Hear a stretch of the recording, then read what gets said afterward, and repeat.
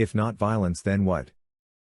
It appears that the question that is uppermost in every conservative person is, if violence is of the table, what do we do next? Most of us have already realized that democracy is a one-way path to the caliphate. The dynamics of democracy do not permit the system to be ratcheted backwards. At best, a right-wing government will slow things down. The state cannot reverse what has been done. But to understand the unidirectionality of democracy, we need to understand what motivates someone to vote for a candidate. There are two major reasons why someone might vote for a candidate. The person might be running on a platform of national self-interest, or they might be running on a platform of intersectional rights. This is the difference between the conservative and Democrat platform. Trump wants to make America great again. Harris wants to benefit special interest groups. This is her coalition, for it is composed of all those who will be benefited by her platform. With Trump, the expectation is that everyone will be marginally better off.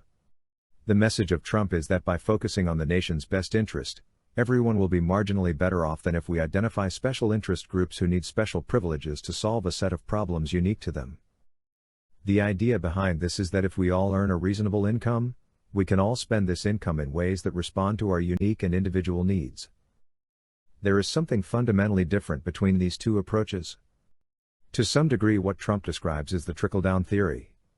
The idea that if the successful person is free to be a success, everyone is similarly free. Because we can only succeed by making others better off, but everyone seeking to improve their lot, we are all improved. The position of Harris and other socialists is different. They take a darker view of human nature. It is not just that they assume people are greedy and want to improve their own lot, at the expense of others, they believe this can and will be done. Therefore, there must be a group of enlightened experts who ensure that those who are being excluded, for various reasons, will be helped regardless of the resistance of society to helping them. Intersectionality is a way to identify the group most in need of help. This is the conventional way of viewing or understanding the differences between the right and the left. It has some truth, but it is misleading in a profound way. The distinction between right and left is not even fundamental. In many ways, these groups are not mirror images. They are only two manifestations of the same error. To make the distinction another way, the right helps the rich and the left helps the poor. We are now facing a plot to help a particular intersectional group at the expense of a privileged group, known as whites. It might be wrong to say these politicians and their allies are against whites, they are for the underprivileged migrant. When we think in this way, it becomes difficult to fight them. Not only does the opposition seem mean and unfeeling, but radical in their opposition to the other. We are all human, are we not? The point we are making here is that logical arguments do not seem to help and violence is being met with disproportionate force.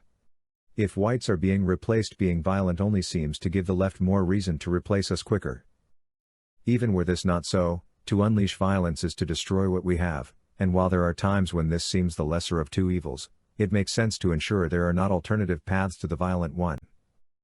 So, the question is, if we do not condone violence, what is the alternative, assuming we do not wish to rely on the left discovering the error of their ways, as a prelude to changing things? Before answering this, perhaps we ought to discuss just why violence is rarely a solution, because it will give us insight into what the problem is that we are attempting to rectify. Violence destroys things of value. If it did not, it would not be the issue it is. Most people understand that destruction is wrong but are not as quick to explain why this is so. Mining destroys the structure of the earth, whereas an accident destroys a car. What is the difference, and why have we decided one is good and the other is not? The things we build have value. This value comes from the work we put in them. Work has value because it replicates what God did in the act of creation. There is nothing inherent in work that would give it value. It is because God created that the work of creation has value. If this is not true, then work has no inherent value. Violence destroys things of value because they eliminate what work created. We are required to work and create things of value. This used to be understood. But now most people are happy just to acquire money, howsoever it is obtained. However, we cannot stop there. We have determined it things of value and wrong to destroy that which has value. But we are enduring systematic acts of evil being perpetuated against us. We have to do something. If not violence, then what? That is the question. But to answer that, we still must dig deeper, because if wrong is being done to us, we have to understand that also. If we think of the West, not as a white sector or as a culture but as something of value built up over time, then it is easy to see no one has a right to destroy it. We have a right to protect it. The problem is who holds title to the wealth the West represents? We say our nations and civilization is being destroyed. Others say it does not belong to us. The argument is that though our ancestors might have built what we see, we have no inalienable right to it. Westerners are fighting for the right to control what they signed away to the state. When one votes, the voter agrees to abide by the results of the election. The election assigns to the state the power of attorney. The government acts as the nation. The state becomes the people by proxy. All the electorate is permitted to do is to change one proxy for another. We cannot vote our way out of this, nor can we riot our way out of it. Interestingly, all the talk of needed a revolution forgets most nations had a revolution already, and here we are. The United States, France, Mexico, Cuba, Russia all have revolutions.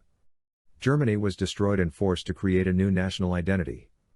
Most nations have undergone considerable changes over the years, yet here we are about to lose all that was entrusted to us. In a democracy, the state owns the nation. It could not govern if it did not exercise the authority of an owner. But the state did not create the nation. It can exercise this dominion because the people were complicit in this fraud. We did not create the physical elements of the country either. But we all conspire to own what we have no right to.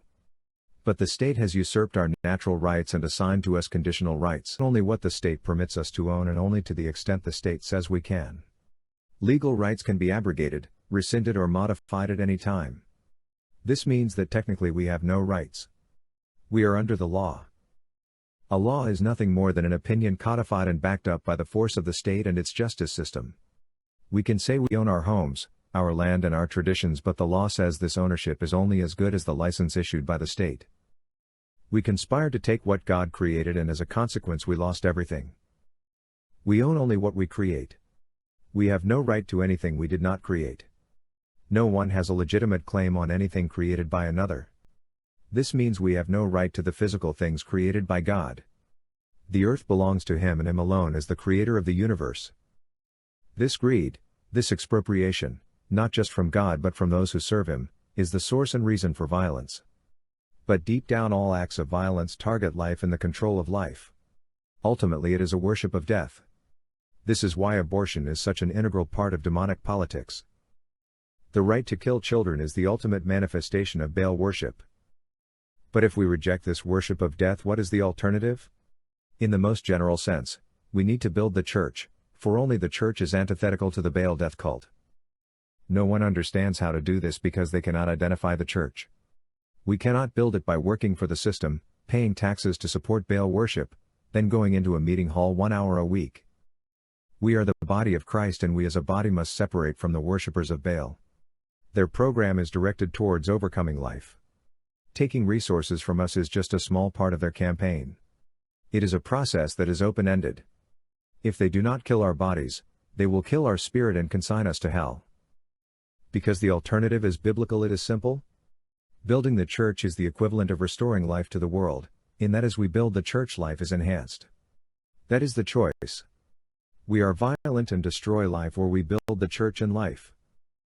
To build the church and circumvent the violence, we have to separate from the violent, idol-worshipping world. The key step is simple: to give to God what is God's and to Caesar what is Caesar's.